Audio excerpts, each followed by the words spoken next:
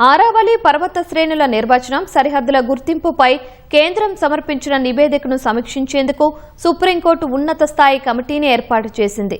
నివేదికలోని లోపాలను, తాము పేర్కొన్న కీలకమైన అస్పష్టతలను పరిష్కరించాలని ఆదేశించింది.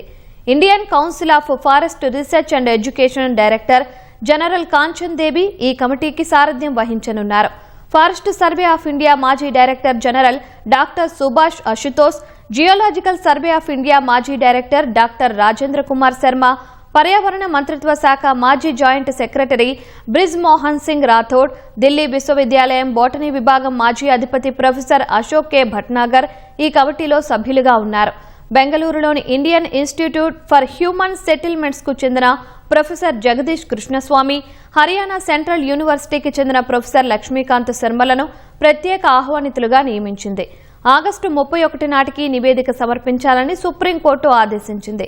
పర్యావరణ శాఖ కార్యదర్శి అధ్యక్షతన ఏర్పాటైన కమిటీ ఇచ్చిన నివేదిక అమలుపై డిసెంబర్ 29న సుప్రీంకోర్టు స్టే విధించిన కొన్ని నెలల తరువాత ఈ పరిణామం జరిగింది.